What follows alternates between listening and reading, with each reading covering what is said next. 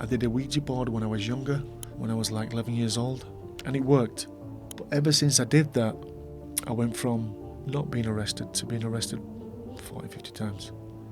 So trouble found me. I got charged and we had to go to Bradford Crown Court. I remember my mum being heartbroken and I thought, it's time to take my life back. And the one thing I did have was a talent. I could play rugby.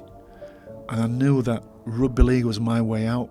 Keith Mason is a retired pro rugby league player, actor and author. I went through a high court case with Huddersfield Giants. It's one of the darkest moments in my life. Even my own agent, who I had for 17 years, betrayed me. But over that period of retiring, for over the next couple of years, I was depressed and I went on this self-sabotage trip, and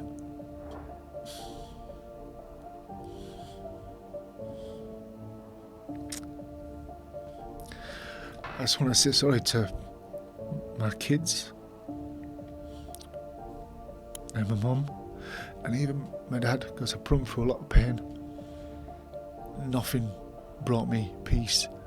No drugs, alcohol, girls, cars, houses, none of that brought me peace until I really humbled myself and surrendered to Jesus. I had this dream. I knew this Jesus, right? He was walking through this field and I could see him, I could see the robe, I could see the long hair. So I started following him, and as I'm following him, he looked at me like that and he'd like to get him to come over and follow him. And he kind of looks at me, then lays down, and then his back elongated, like it was like 10 metres long. Then I realised then, I'm like, this is not Jesus, that's the devil. And he kind of turned around like that and just went and pulled his face, and it was like the devil. And I woke up, whoa. Hey Keith, welcome to Faith Off the Record. I'm just so excited to have you on the show. An incredible person I've got to know, and welcome to London in the studio. So thank you very much again, and a pleasure to have you. Thank you, Joel. I really appreciate that. We linked up a while ago, and we're finally here. So I'm very, very honoured and blessed to get here. Eventually, I did get here, but a couple of hours late. Yeah, no, you're good. Thank you. So let's just go into it as always. And, this is about Faith Off the Record, and incredible story I know you've got with your professional career in sports and acting, and a lot of people know you.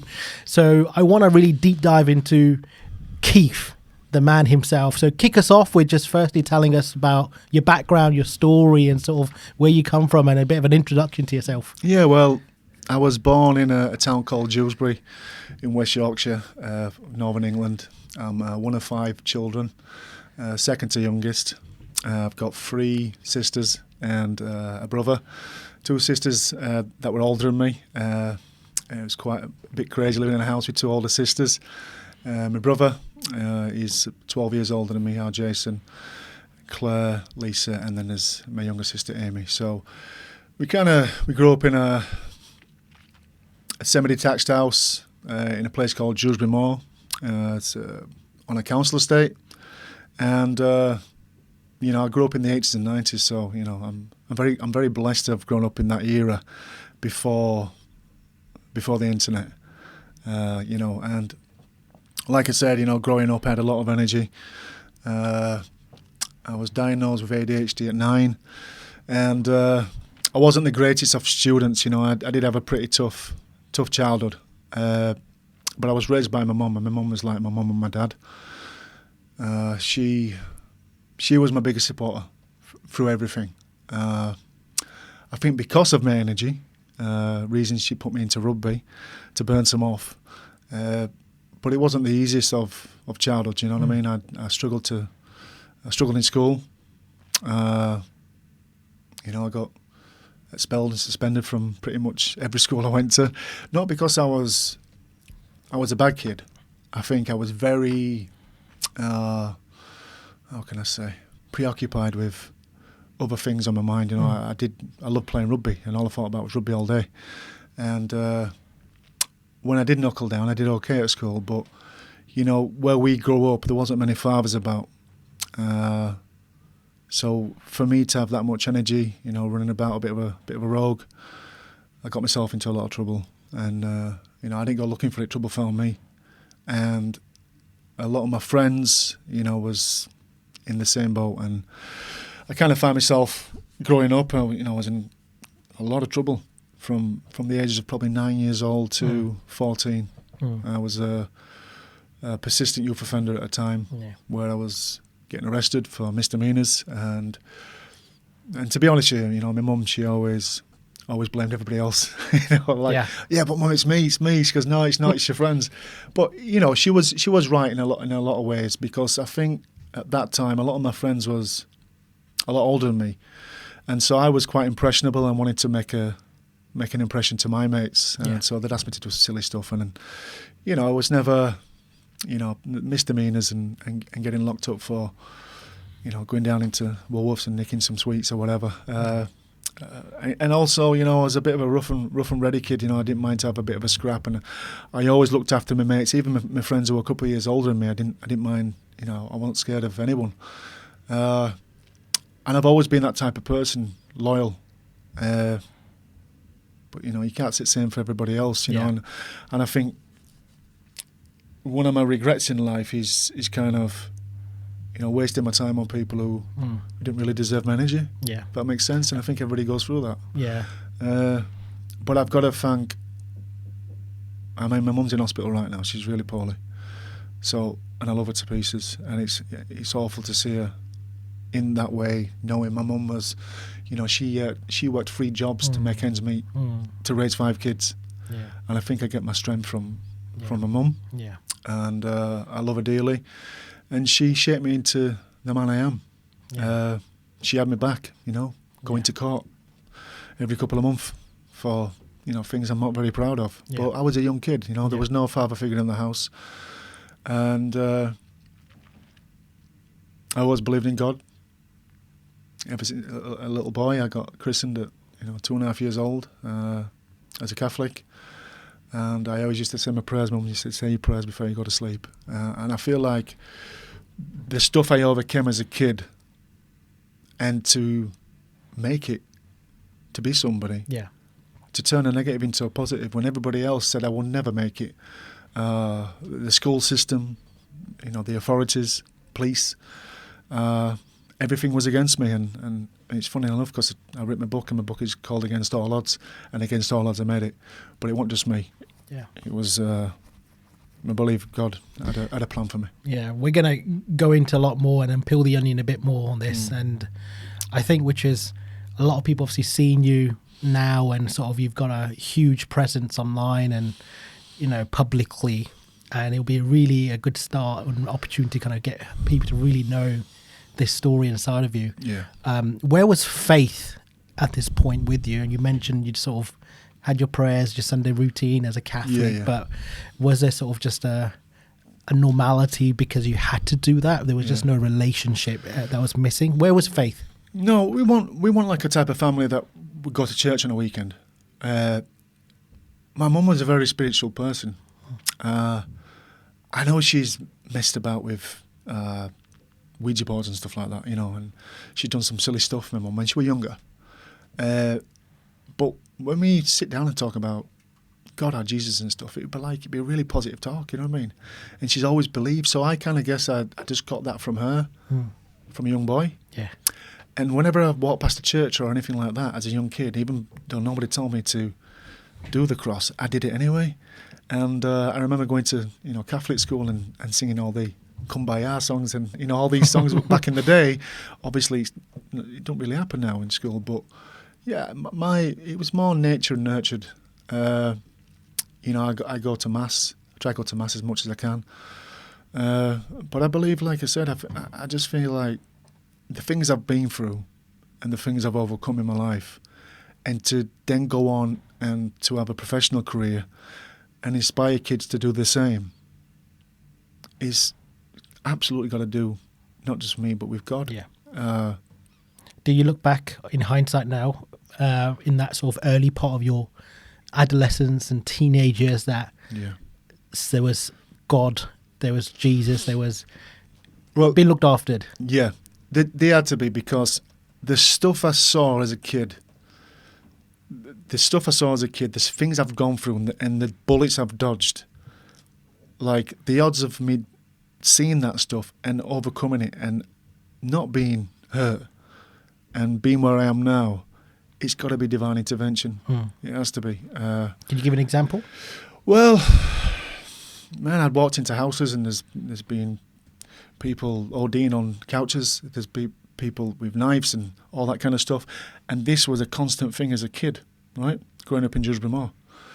And easily could have been dragged down that route, which I never did, right? The stuff I've seen and, being in situations where I remember I was walking over a field. I was a young kid. And we grew up with Muslims, right? So we were mixed in Dewsbury. And I call them my Muslim brothers, and they call me Kid. So you grow up with Asian lads, great lads. But I remember there were a different area in Ravensthorpe, and I was walking through Ravensthorpe, and they didn't really get on with people from Dewsbury Moor, right? Don't matter what colour you are. And I remember walking through, and I was with somebody else, and there was about these 10 Asian lads, and one of the lads picked a brick up, and he was going to smash it in my face. And I always remember that because I felt like, wow, this guy's going to kill me. I had the feeling that I was going to be killed because they all stood around me, and he was going to hit me in the head. And I was like, wow. And then just one of those kids out of that group stood aside and said, hey, leave him alone. He goes, I know this kid. You called Keith, aren't you? I says, yeah. And it's just stuff like that. Yeah. And they left me alone. Yeah. What was your turning point? What was the sort of the point when you gave your life? Yeah, so I always say you're never too old to take your life back. And I wasn't old, I was a young kid. I think I went through everything I went through because that was my journey. I was destined for that, to go through the fire and to become the man I am now. We went to court. I wasn't proud of this. My friend knocked on my door. I was 14. I was in bed. Now, this kid I did most of my misdemeanors with. He was a couple of years older than me, and he was a bit ruly and wild. I was kind of like a follower. He knocked on the door. He says, hey, Keith, come on, we're robbing this house. Why don't you, would you come and help us? And I'm like, no, I've never robbed a house, right? I never, in my mind, ever thought I'd break into someone's house. So they'd already got into this house, and I followed, went into the house, picked some speakers up, ran down the estate, hid the speakers in a bush, and within an hour or two, the coppers found us. I was locked up. I was arrested. This has been many, many times now. Wow. There was a period from 11 to 14 where trouble has found me. Yeah. And I got arrested and I got charged for burglary. It was a silly thing for me to go and follow him, but I did it anyway. Yeah. So I put my hand up, I have to own it. I got charged and we had to go to Crown Court, Bradford Crown Court. And this was probably up to 40 times I'd appeared in court now. 40? Yeah. It's crazy, right? Wow. Yeah. But can I just say off the record, I wasn't a bad kid. I was in a lot of fights, but a lot of it was misdemeanors, damaging property and stuff like that. But I just, the environment was, it wasn't a good environment for me. Mm-hmm. Do you know what I mean? So my turning point, going back to the question, I went to court, Crown Court. My friend and this other guy, they got 2 years sentence. They were over 16. I was under 15, so I was very lucky that I didn't get sent to jail. I got a 2-year probation order. Now, I remember my mum being heartbroken, right? So when I walked out of court that day and I thought, this is it, I'm done. It's time to take my life back and do what I'm supposed to do. I'm going to be a rugby player. Wow. How old were you? I was 14. Right. I'd been kicked out of my schools. There was nothing in place for me to achieve or any goals to aim for. But the one thing I did have was a talent. I could play rugby. And I knew that rugby league was my way out. Yeah. And I thought, I'm never going to break my mum's heart again. This is it. It's time to grow up. And from that very next day, I started running. Yeah. I stopped smoking weed. I smoked weed back in the day and cut all my friends off. Never looked back. And I ran every day. I was running. I ran that hard. I used to spew up sick and blood, and because I wanted it. For someone who may be watching now that's in that similar position where they're in the wrong path, they're in the wrong crowd, but they know something is greater inside of them, right? And for someone like yourself, you've changed your life, which is in that moment at 14 to say, right, I'm going to focus and my goal is to get to rugby league. What's the willpower? What's the mentality? Just describe sort of like what is the condition that you had to put yourself in to really go, right, I'm going to make this happen. I'm going to get to this goal. Well, I always say, like, people change through two different emotions. One is pain and the other is desperation. I was desperate. So that desperation pushed me to greatness. I just had nowhere else to go. And I felt like, wow, I'm going to just tarnish this talent I've got. This is the life I don't want. See, I grew up like, my brother was, an alcoholic. He's a functional alcoholic. I love him to death, right? But, I grew up seeing people dying, drugs, alcohol. I grew up not wanting to be like that. Do you know what I mean? Even though I was involved in that, but I always knew in my heart that God had a plan for me, and it wasn't to be one of those guys. Yeah. He had a greater plan, a bigger plan. And the more I've got older, the more close I've got to Jesus and God. So I haven't forgot him. Yeah. But at some point I did. Do you understand? I did. And I was living a sinful life. And I turned it around. And I asked God to deliver me from all those things. And I just went for it. I never looked back. And within 3 years, I signed my first professional contract. Within 6 months of leaving probation, the people from the probation cut it short. They said that you're rehabilitated, you're fine. There's nothing wrong with you. So it just goes to show that my 100% focus, I don't know if that's got to do with my ADHD brain or what, but I was fully locked in on wanting to become a professional rugby league player. I visioned myself playing in big stadiums, playing in Australia, which I eventually did. Even on Christmas Day, I'd go onto the rugby field with a boxing bag on Christmas Day after my dinner, and I'd train for 2.5 hours, and I'd be smashing this tackle bag on Christmas Day. And the reason why I did that mentally, because I knew no one else was doing it. So, and that's the thing. Like, how many 14-year-old kids are running 5 miles every single day and then going to the gym? Because I don't know where that came from. Honestly, I don't. It's so profound for a person to be so young, 14, to be kicked out of all my schools, to have that criminal record against my name, to be just about going to jail, and just turn it all around. Yeah, so good. Now, I want to go into the rugby season, as in your career. Yeah. And it seemed that you had the faith, you've got the motivation, you've got the drive now. Can you talk about how your faith has played a role in that career and that time? Can you talk about a time when it really tested your faith, as well as it really helped you in the career through faith? So before I signed professional, that following year when I came out of court, I played a full season at Dewsbury Moor under-16s, right? We won the division. It's the first time the club had won a division ever, right? Premier Division, Division 1. Now, I got selected for Yorkshire and England Schoolboys, which is the best 25 players in the country, right? And we toured France. Now, everybody from that tour was signed professional with Super League teams, apart from me and a kid called Wayne Price. So we hadn't been signed, right? Even though we played, we were the top kids in the country. So when I came back, I had to go for a trial with Bradford Bulls.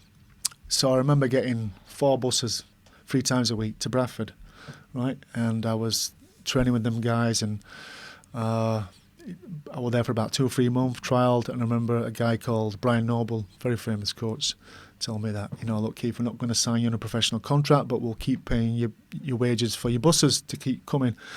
And I just says, nah, I can't do that. Now, that was the first blow. So I went from Bradford, I went to Leeds Rhinos. Tommy Gleeson was my coach for Yorkshire, asked me to come over to Leeds. Dean Bell, who was a great legend of the game, Wigan of New Zealand and Wigan, captain of Wigan and New Zealand. I was there for about 3 months again, and I remember him coming up to me and saying to me that they weren't going to sign me, and I wasn't good enough, and I never play Super League. Mm-hmm. I'm sorry, I missed out on another team, Castleford. Again, they tell me they weren't going to sign me. Yeah. So this is 3 times I've been rejected, made a failure as a young kid. I was 17, and I thought, well, where else am I supposed to go? And this really tested my resolve. I wanted to quit. Mm. I came home that day. Dean Bell told me that. Obviously, he's a legend of the game, and he can't be wrong. So I came home that day, and I cried my eyes out. And I don't really have a great relationship with this guy. I do love him though, and it's my dad, right? So my dad didn't have much to do with me as a kid, but he did come up to me and said, just give it one more last crack. Mm. I remember I met him in Dewsbury Town Centre, and he sat down with me and he said, just give it one more last crack. And when was the last time you had spoken to him, if you don't mind me asking? I speak to my dad. Prior to this? So my dad he left my mum before I was born. And, he married, was my mum's friend. And he went on to have his life, right? But look, I grew up, I had to find my own way. I had to find my own way as a man. My values and principles, I didn't get it from my dad. And I think in a lot of ways he probably regrets that. And in fact, I know he does. But would I have been the person I am with him in my life? I probably wouldn't have been. Mm. So the struggles and the storms I've gone through have only made me stronger. So I always look at things that have tried to take me out and destroy me, but I've turned it around and made it into a positive. And he did say that to me, and I did give it one last chance. I went to Wakefield. I did a trial game. A guy called John Arbin was a coach at the time, and he gave me my first professional contract. Wow. It was £5,000 a year. And I was over the moon. My mum was so happy. I was on a full-time contract, and I made my professional debut in the first team at 17 that same year. So any kids out there who are struggling and you've been told you're not good enough, well, you're not good enough yet. You got to keep going. You got to keep your head up, your chin up, and your chest out, and keep going, keep pushing, because that's what life's about. And sport is just an analogy for life, right? So all the things I've learned through professional rugby league, the leadership, the never giving up, the attitude, the perseverance, all these things you need to be a top professional athlete, because you're going to get knocked down. In rugby league, I was a front row forward. I made 40 tackles a game and got tackled 20 times and run into big guys, 18, 19 stone, every single week for 14 years. You need to be some kind of different animal to play that game. But everything I went through prepared me for that. Yeah. And then obviously retiring and doing other things. But rugby league is my life, and I owe a lot to rugby league. Yeah, so good. I'm now my son's doing it. Lucas is at Wigan and he's at the Champions, one of the best clubs in the world. And he's got a massive future. Yeah. And I'm very proud of him. But like I said, any kids out there, listen, if it don't happen straight away, it doesn't mean it's not going to happen. Some of the greats got told they weren't good enough.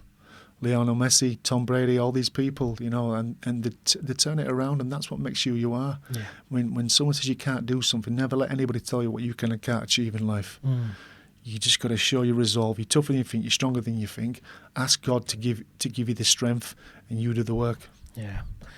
In terms of when you're in the rugby circuit and sort of the teams you've named and the teammates and what's the culture like with amongst colleagues, friends who are also players, and I want to understand sort of in the locker room, is there a big sort of faith perspective in there as well? Because I've seen a lot of in football now with the rise of the Christian faith is really coming out there, but for rugby, which is not really out there as much, I'd say. Yeah. So can you just shed some light in terms of like what is it like happens in the locker room and how does the faith really come into it? Well, every club has a chaplain.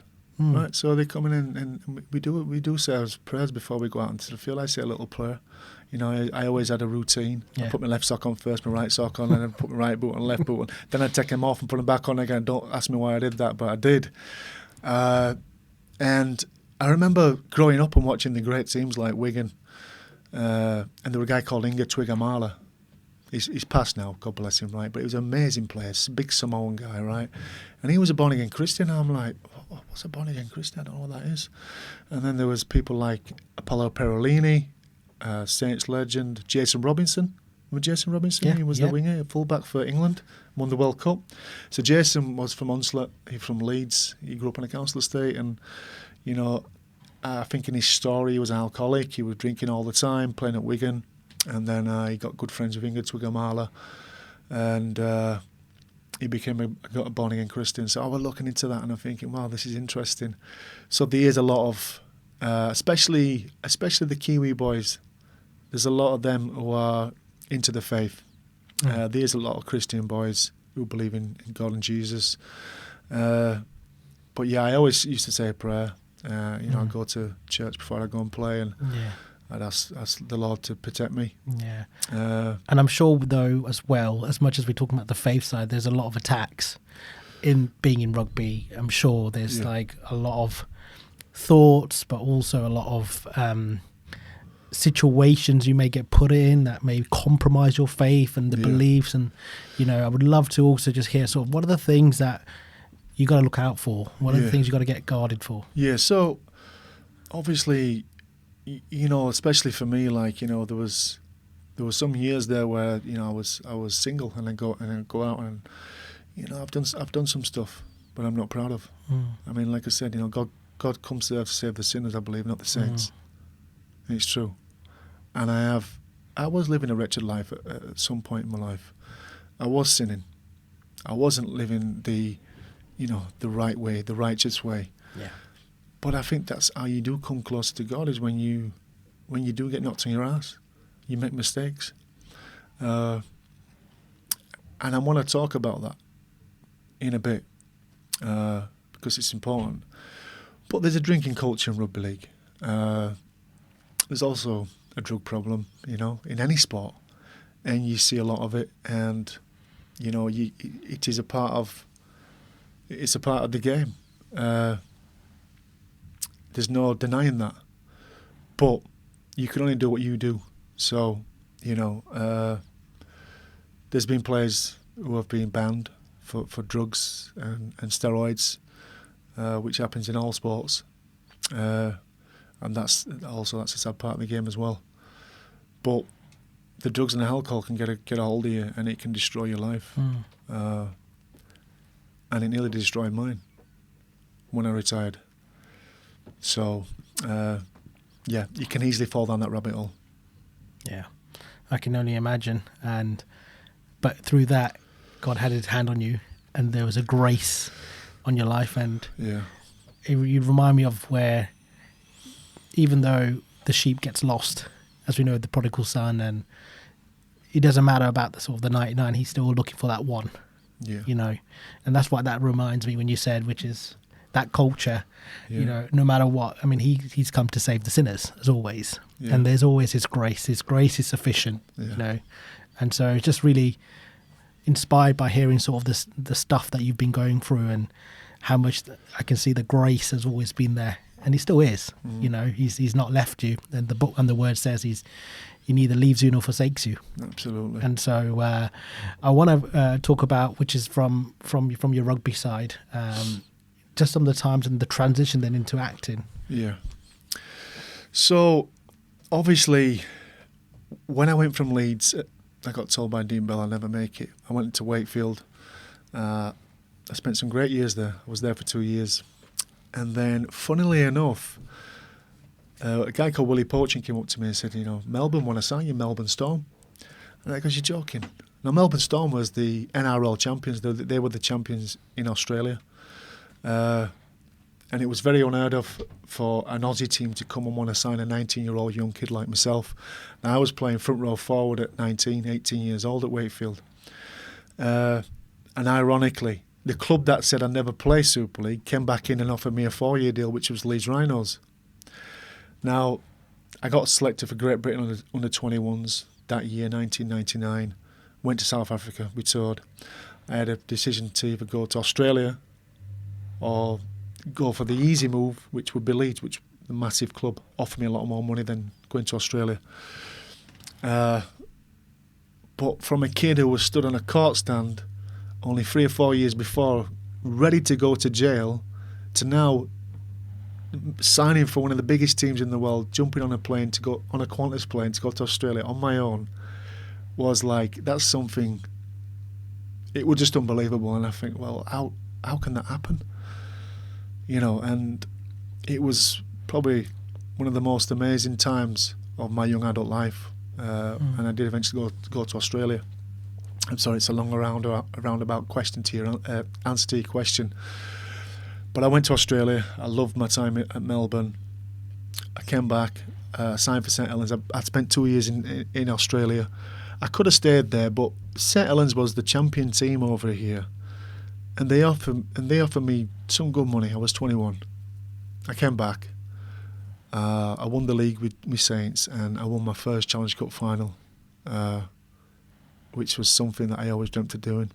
We played in front of 75,000 fans, a packed house, at the Principality Stadium, which was then Millennium Stadium.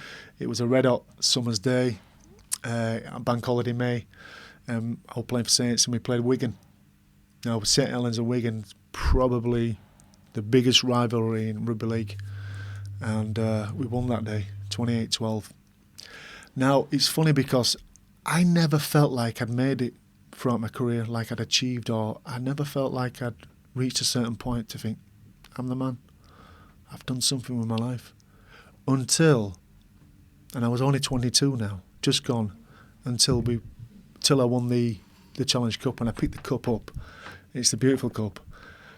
And I raised it up, and it was like my life flashed before my eyes from being a young kid to that point. Knowing that my mum was up in the stadium crying her eyes out. It was a very special moment. And she means a lot to you, seeing everything. Yeah, she never gave up on me. She never, you know, sometimes you do take your parents for granted. You do, until you become a parent, and how you feel and you worry about your kids. Now, I must have been a nightmare for her. You know, she must have worried to death, and I thought, you know what, I want to make my mum proud. While she's still alive, I want to make her proud. I want to show her that all that hard work and all that sacrifice she made was not for nothing. You know, because, you know, I have a brother who was an alcoholic, and my sister went through addiction, you know, and I just didn't want to break her heart, you know, and I've not always been perfect. And I went on to have the career I did. I had 14 years. I retired, probably still in my prime. I went through a high court case with Huddersfield Giants. That really niggled me. Even my own agent, who I had for 17 years, betrayed me. I ended up going to High Court against Huddersfield Giants for gross misconduct, and I won the High Court case for unfair dismissal. I was 31. I was paid out a huge sum. A good mate of mine, the famous boxer Joe Calzaghe, he travelled all the way from Wales on the train to Leeds to support me. And I've been friends with Joe since 2010. I met Joe through Mickey Rourke. Yeah. Great guy. So being a great friend to me. And obviously he's not a bad boxer. And I won the case. I won the court case. But at that time, I was 31. I'd met Mickey Rourke at that time. I was friends with him. I was flying out to Hollywood and, you know, to Melrose and Beverly Hills, staying in his house over there. But I met Mickey after the Challenge Cup final I played in at Wembley in 2009. And I retired from the game, but I hadn't dealt with it. It's all I've ever known was rugby league, and the club that I played 7 years for. You know, I got them to 2 finals. I got the Player of the Year and the Man of Steel award in 2009 at the club. And then for them to try to shift me out for what they did over a tweet was so bad, and then tell me to shut up. And my own agent told me to keep it quiet. Now I had a family to look after. I had a mortgage to pay. It's one of the darkest moments in my life. And then I went from being on a lot of money, 6 figures plus, to sign in with a team, Castleford, who was probably near the bottom of the league at the time, and I was on less than half of the money I was on at Huddersfield. And I had this black cloud over my head. I reached out to a guy called Richard Kramer, who was my sports lawyer. We went to court, and I was there for 3 or 4 days. I was cross-examined for 4 hours, and I won that case. I won the court case, and it was a relief. But I was still hurting inside. So when I retired, I kind of felt guilty towards my son because Lucas I was his biggest hero, my son Lucas, right? And I didn't even explain to anybody. I just retired. That was it. Oh, Keith's going to get into films and movies and all that kind of stuff. Blah blah blah. Within a week of winning the court case, Mickey gave me a call and he's like, "Hey kid, do you want to be in a movie?" And I'm like, "When?" He went, "Oh, next week." So I ended up doing this film called Skin Traffic. I played a character called Mr. Steiner. I had about 12, 13 lines in the film. I've been friends with Mickey a couple of years by now, and I never, because I was playing professional sport, I wasn't friends with Mickey because I wanted to be an actor. It was just kind of cool to be friends with a legend from the 80s and 90s, and we linked up and we became friends. But over that period of retiring, for over the next couple of years, I was depressed. I think I was in denial. I was very distant from God, and I masked it all and hid behind drugs and alcohol for nearly 2 years. And it's the first time I've ever spoke about that. I had this pain in my heart, I don't know why, and I was doing things that I shouldn't have been doing. I hung around with the people I shouldn't have been hanging around with. I was living a wretched, sinful life. And I want connected with God, and it's unbelievable how I came through that. But I feel like the devil was winning. Yeah. He definitely wanted to take me out. The things I felt through that time, and you hear a lot about these sports people, how they get lost. And all I've ever known is rugby league from 5. Then you get thrown out into the world. You can retire with as much money as you want, but you've got to adapt and overcome. You've got to show that you've got more than just your athletic ability. And that's what I did show over time, but for some reason I went on this self-sabotage trip, and I always say that nothing brought me peace. No drugs, alcohol, girls, cars, houses, none of that brought me peace until I really humbled myself. Wow. And surrendered. And surrendered to Jesus. Like Job in the Bible, right? Yeah. He took it all away from me because I wasn't living the life I should have been living. Yes, he said, "I'm going to show you now. I'm going to show you, son. It's all going to go." The money, I burnt through money like there was no tomorrow. Really? Yeah. I was throwing it away like I didn't want it. Hundreds of thousands of pounds. Just, I can't explain it. I was seeing I can't remember. For 2 years, I can't even remember what happened. And I feel like where I am now, that's absolutely got to be God, because I overcame that. But the thing is, I hate so many people. I hate my mum again. I just tried taking myself out. Or did I? I didn't. I think it was an enemy. He wanted to get rid of me. And this is why I'm here now talking to you today. And even to today, tell everybody Jesus is the truth, and He saved my life. He's my Lord and Saviour. Come on. And I speak to Him daily. Come on. And morning and night. There we go. And He's the man. Jesus is the truth. I'm telling you now, I feel like I want to cry, but He's...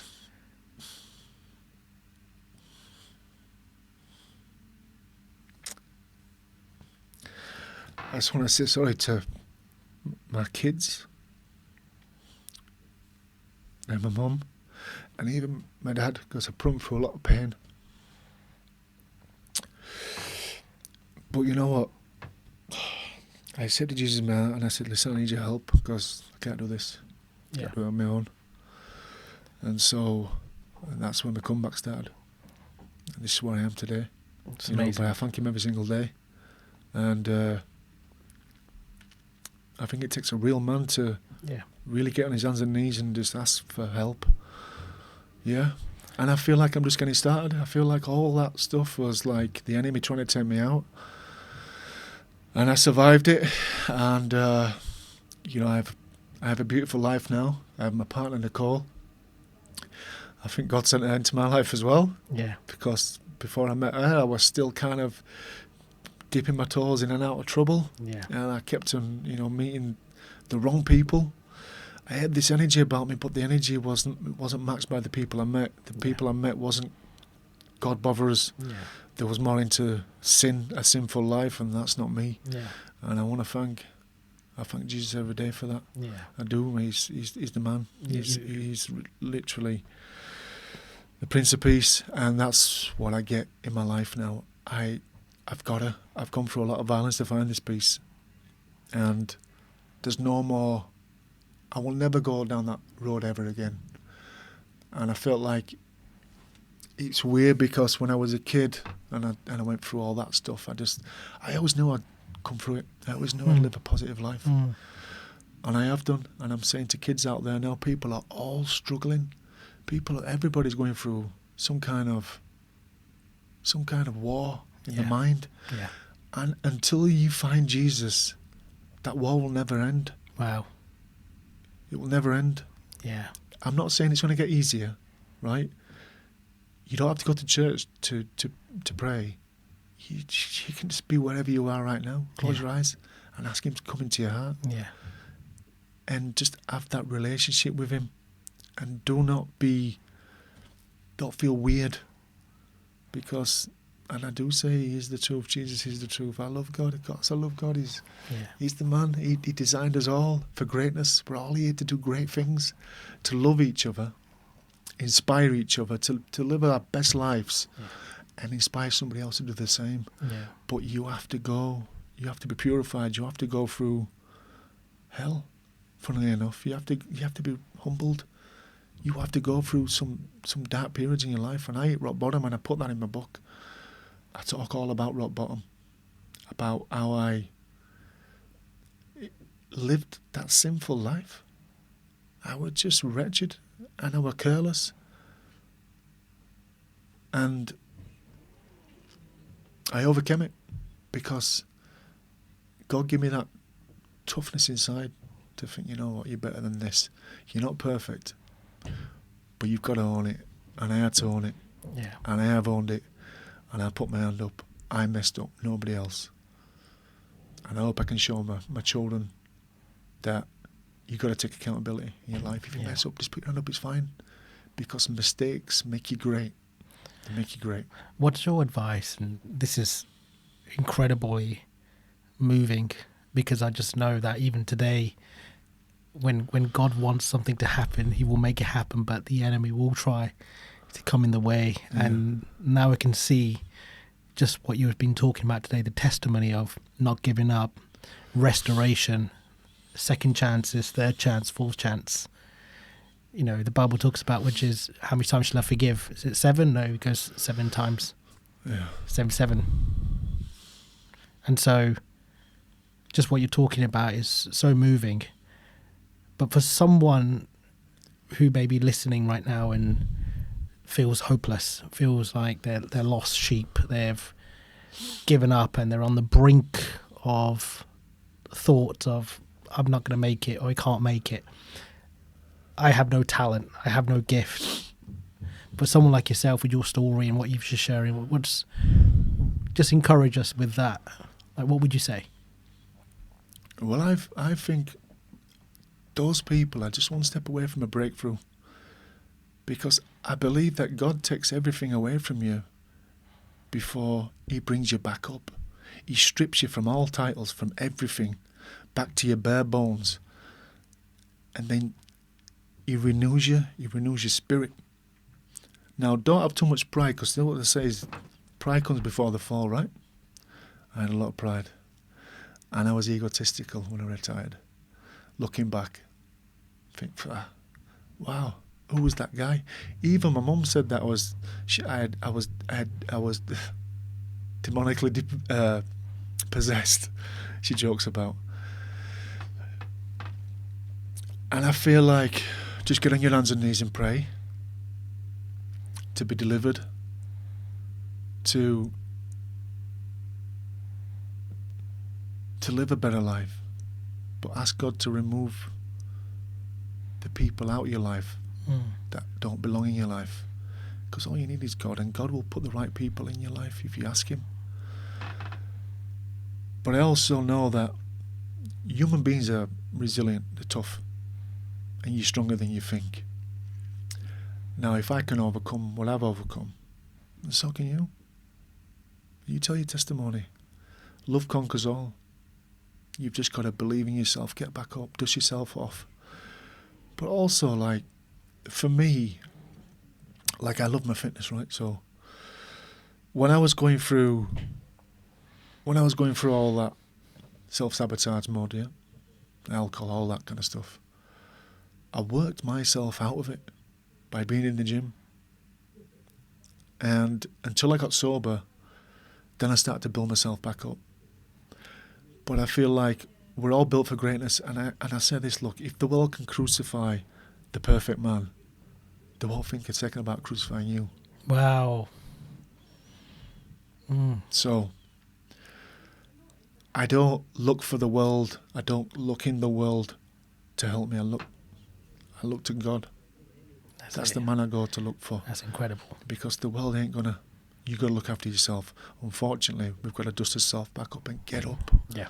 And you know what? That's the movement. That's what Jesus wants. That's what they did to him. The guy went round, he was preaching to people about love and forgiveness, walking on water, doing all these great things that no prophet has ever done. And, you know, no one's ever called any prophet a Messiah. He did all that, but he did it with grace. Do you know how powerful that is? And he was mocked. And then they murdered him. And he died for all our sins. He died for things he didn't do. He loved us. He showed us the way. That's why people talk about him all these years later. Thousands of years later. He's the most prominent man in history. Didn't ask to be. He had a little team with him, a little squad of 12 people walking around preaching about him, right? And now every church, every person speaks about Jesus Christ because he is the truth. Yeah. And he will come back one day. Yeah. But I feel like he's coming back through people. There's been a rise of Christianity this year especially. And people like Charlie Kirk, who's got assassinated, bless his soul, for free speech. The guy never spoke hate. And it's just incredible. Like, I thank the Lord every single day, and I think you need to be closer to him. Yeah. Just be close to him, because now, you know, you hear about all these, especially in London where I am now, about the stabbings and stuff, and kids getting killed, and it's bad. It's so bad. It's the devil's playground. It literally is. You know, but you don't see it when you're young. When you're younger, you're around it, but you think, you know what, God's in all of us. But you've got free will, so you can be manipulated and kind of thwarted into doing bad things, even though you're not a bad person. We've all done bad things. We all have, every single one of us. But it's how you look at that and think, you know, that's not the right thing to do. You've got to correct yourself. And it's took me a long time to get to where I am now, and I feel blessed. Nicole, my partner, she's been amazing. I was going to ask about the family as well, which is, you seem like, of course, as a family man, day in, day out. You know, how has your family with your partner Nicole and your son now been shaping you as a man going forward with the faith? I have a daughter, Kalani, as well. Kalani Mason, so I just try to be the best that I can be. You know, obviously my son he's doing his rugby now, so he doesn't live with his dad. But through that point when I was going through a difficult period, it was actually getting my son came to live with me. He was 14.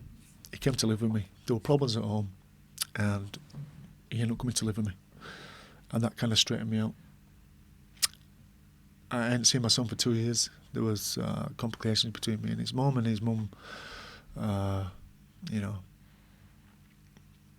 was So I'm going to blame Daniel, but I didn't see him for 2 years. Not for my fault, right? So I remember looking at one of his schedules at Rainford. He played for Rainford, a really good team from St Helens. So I met Daniel in St Helens when I came back from Australia. And I know people always say, "Oh, why did you come back from Australia?" Well, if I didn't, I wouldn't have my son. If you look at it like that, yeah. So I didn't see him for 2 years, and I found out that he were playing a game in Warrington in a semi-final against St John Fishers. And I remember going to the game, and I remember seeing him. He had long blonde hair, a really skinny, tall kid, but that's definitely my son. Cracking player, ran hard, tackled hard. And I hadn't seen him for 2 years. And at the end of the game, I was cheering him on, and then he realised, that that's my dad. I didn't know whether he were angry with me or happy with me or what. And I remember seeing Lucas, and then Lucas came over to me after the game, and he started crying, and he cuddled me. And so I took him out for something to eat. Explained to him why I hadn't seen him. And that's 2 years I'll never get back. And we connected again, me and Lucas. And then from that, he ended up coming to stay with me. And I took him to a local club called Siddle in Yorkshire. I was living at Halifax at the time. And he had 2 outstanding seasons with Siddle. It was COVID. So I went through COVID that time, and so I got really close with my son again. And he had the opportunity to sign professional. Now he got offered a contract at Leeds Rhinos, and Wigan. But his heart was always set on Wigan because he was a local lad. He was from St Helens, right next door to Wigan. Now I play for Saints. Now Saints and Wigan hate each other, right? So Lucas could have had a chance to go to St Helens, but he decided he wanted to go to Wigan. So he signed for Wigan, but I said to him, because it was like, it's 180-mile round trip every week, right? Twice a week, 200 miles or whatever it was. So I used to pick him up on a Wednesday from school, take him straight to Wigan, through the traffic, let him train. He'd train, and I'd go run 10 miles down the canal, whatever. And I said to him, listen, Lucas, sign for Wigan, but if you sign for Wigan, all I ask of you, yeah, is to be the hardest worker, give it all you've got. And if you don't make it, at least you'll be proud of your efforts, right? I won't have a problem with that. You promised me that, yeah? So within 2 years of him going there, he signed with the scholarship. He got offered an academy contract, and then he got offered a first-team contract, and that meant I had to let him go. And it was really difficult because it was like letting my son go into the world. Yeah. He was 16. He left home at 16, got himself into a really good college, and he left. But that 2 years I had with him was probably the best years of my life as a father. And he's gone from strength to strength. Now he's playing first-team football at Wigan. And I'm very proud of him. And same as my daughter, Kalani. She's a little bit younger. She's 13. And, I'm close with both my kids. I'm blessed. God has blessed me with 2 beautiful kids.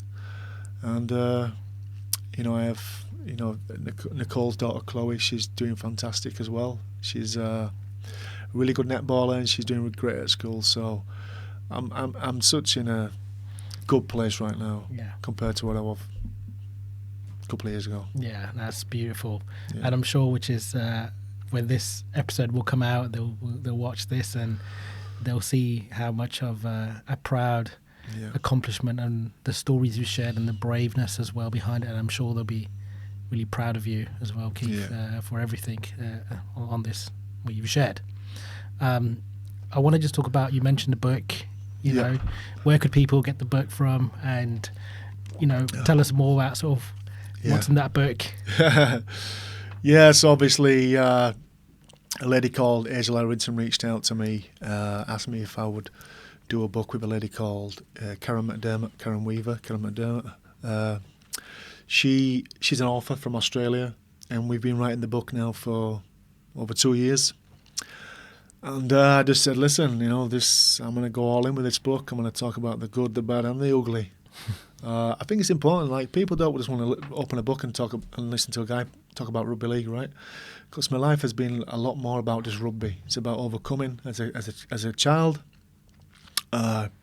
being a professional athlete, going into the acting. I even created a rugby league comic book called Rugby Blood. You can buy it on Amazon, and it's kind of like about a young kid who overcomes struggles. He was in a lot of trouble as a kid, and he becomes a star player. It was kind of like me. Awesome. It's my life. It's kind of like a biographical story of my life when I was a kid and how I overcame my struggles. It's quite an inspiring book. So I got Betfred Super League to endorse the book, which is the organisation for rugby league, the biggest, the number one division in the sport, in English rugby league. And so I think I've been blessed. Like I said, I've got stuff coming down the pipeline, but the book Against All Odds, I talk about rock bottom. I talk about the early days, young Keith, about how I overcame all the stuff I'd overcome. There's a chapter about my mum. I talk about the films. I talk about meeting Mickey Rourke. And you know what? I've been offered to write a couple of books, like from different people, and I thought I'm too young. I'm too young to write a book about my life. But if you think about it, I've done so much from a young kid to going to Hollywood, doing films and doing the sporting and even the comeback story, like losing it all and then coming back again. I think I'm proud of little Keith, young Keith, the young me. I wish I could give him a cuddle right now and think, thank you for staying tough, young lad. Because he must have had some resilience, the younger me, to overcome the things he did. And I thank him because I could see where my life was going. And this book will be a very inspiring book. Like, you could pick it up. There's a lot of quotes in there.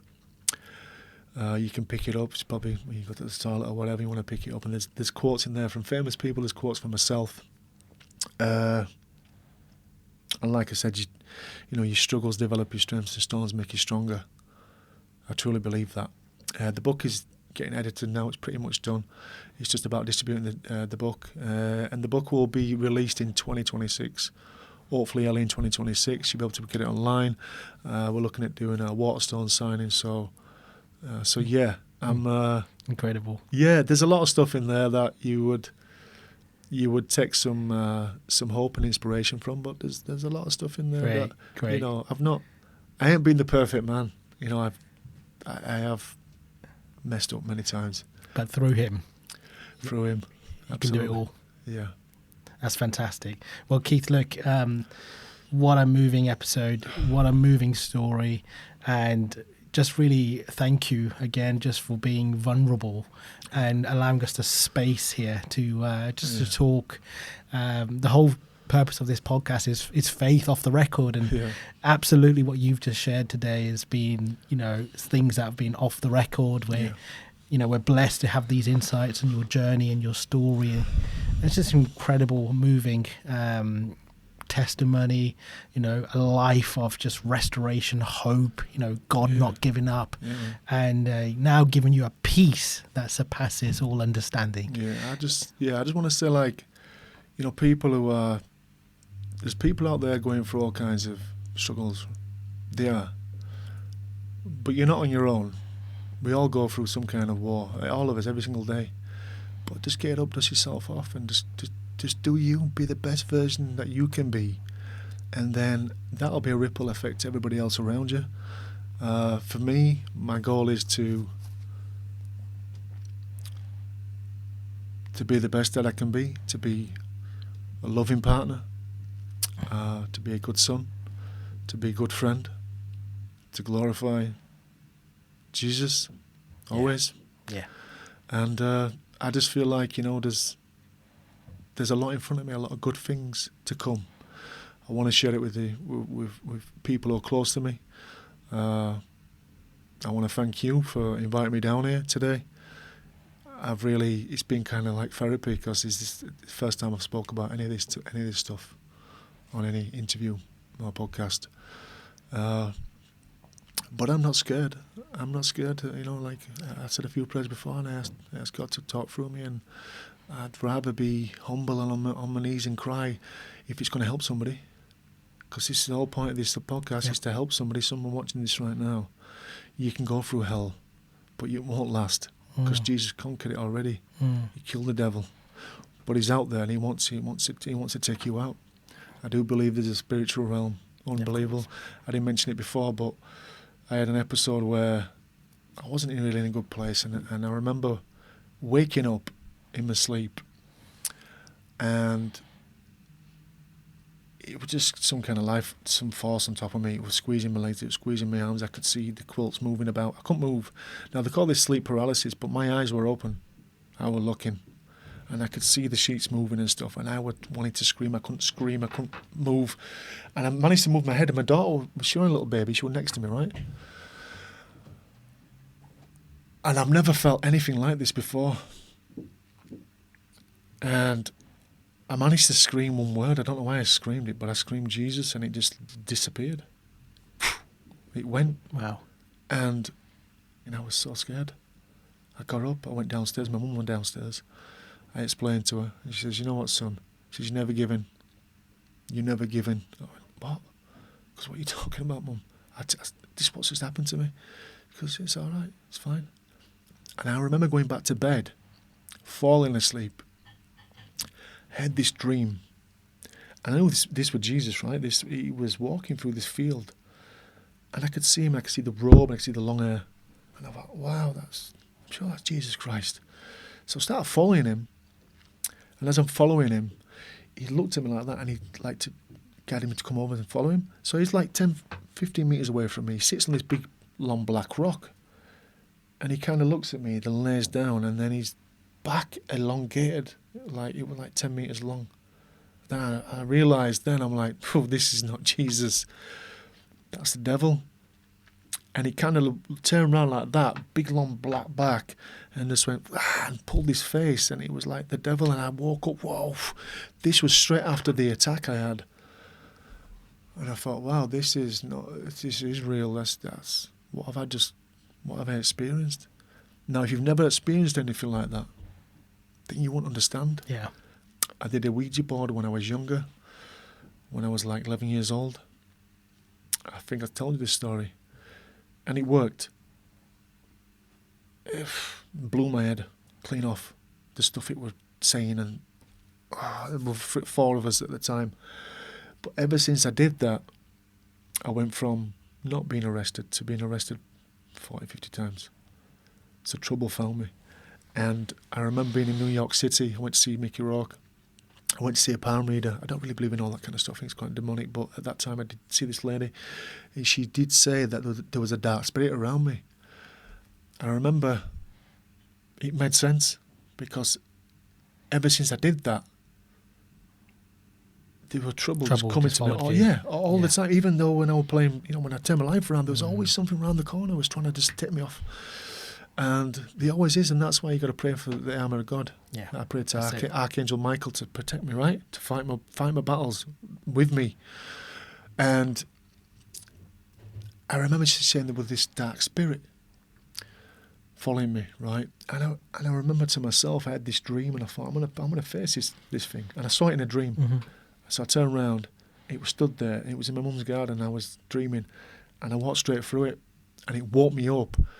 And I was with Kalani's mum at the time, and she had the exact same dream. The dark spirit went through me and went through her. Wow. Now, how do you explain that? But then I never had no premonitions from it since. Wow. So if you got to face it. You got to face the devil, man. You're stronger than you think. But also with like you said, the Bible talks about, we wrestle not against flesh and blood, but against spiritual high powers, absolutely, in dark places. Yeah, but no weapon formed against it shall prosper. Amen. And that's where we have His promises. We have His blood. Still available today.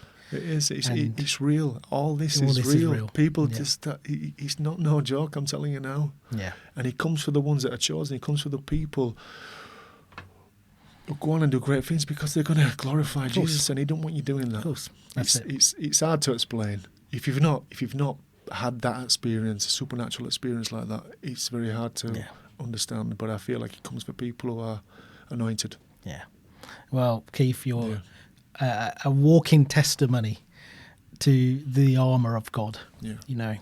And I know you're picking up your shield of faith, Yeah, your breastplate of righteousness, absolutely. you know, and the sword, which is obviously His word inside of you. So, Amen. again, we've come into the point now, which is I'd like to ask you 7 quick rapid fire questions, Yeah. and we do a light-hearted Cool. segment of this just to kind of wrap up the show Yeah. and gives people an understanding of some of your interests Yep. and hobbies. Cool.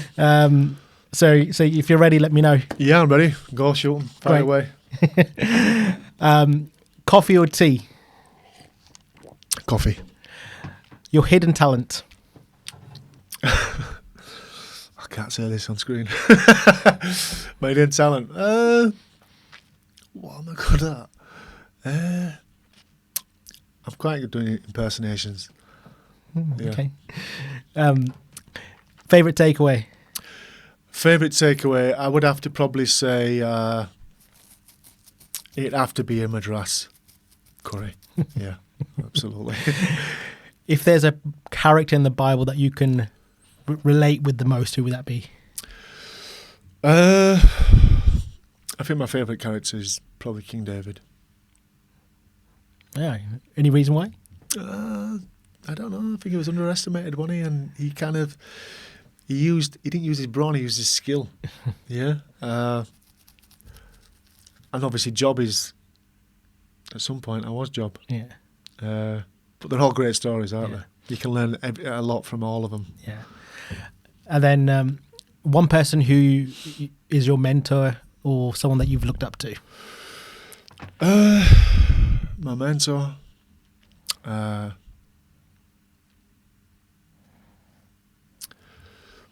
Well, I love my mum, right? She a mentor? She's not a mentor. She's my mum. I'm glad she. Yeah. I won't pick any other person than my mum. She let me a lot of stuff without even showing me, and I think obviously God is up there. He's the main man, and Yeah. Jesus is, and then probably SJ Joe Calzaghe's been a good mentor to me Great. over the Shout years. out to Joe. Big Super Joe. One moment in your life that you could relive? I think having children is got to be up there. It's a very special moment, and probably the Challenge Cup final 2004, winning the challenge. That was a special day. Nice. Yeah, but there's been a lot of good days, but obviously my kids. Yeah, the cup final was a special day. Good. And last but not least, one question that you would like to leave here with that I can take to our next guest. One question. Okay. This is a tricky one. Would you change your life at all, or would you relive the same life you've lived? Would you change anything from your past, or not? Great. Yeah, I think that's a good one, because a lot of people do think, oh, I've got a lot of regrets, but would you be the person you are now without making them mistakes? I think we learn from those mistakes. I think mistakes make us great in the end if we learn from them. So, yeah, and I think what's important is to never give up, because it's not the end until you give up. Yeah. So rise up, stay in prayer, and look after your family, look after those who look after you, and be grateful for life. Fantastic. Well, Keith, what a way to end it on that note and that high Thank you, speech. Again, just from the bottom of my heart, and just saying thank you, just for everything. Thank you for coming down to London been a and being pleasure. here and able been to awesome. conversate, share, and come on this set. Thank you. You're loved, and you're a brother to me. And Thank you, bro. just seeing your heart and this message here has been a message that I deeply relate with. And so just an all-round appreciation to you and your family. Yeah, I appreciate that, Joel. It's been quite cathartic. Therapy 101, but and thank you, Jesus, for putting us together. Amen. Amen. Thanks, bro. Thank you, bro.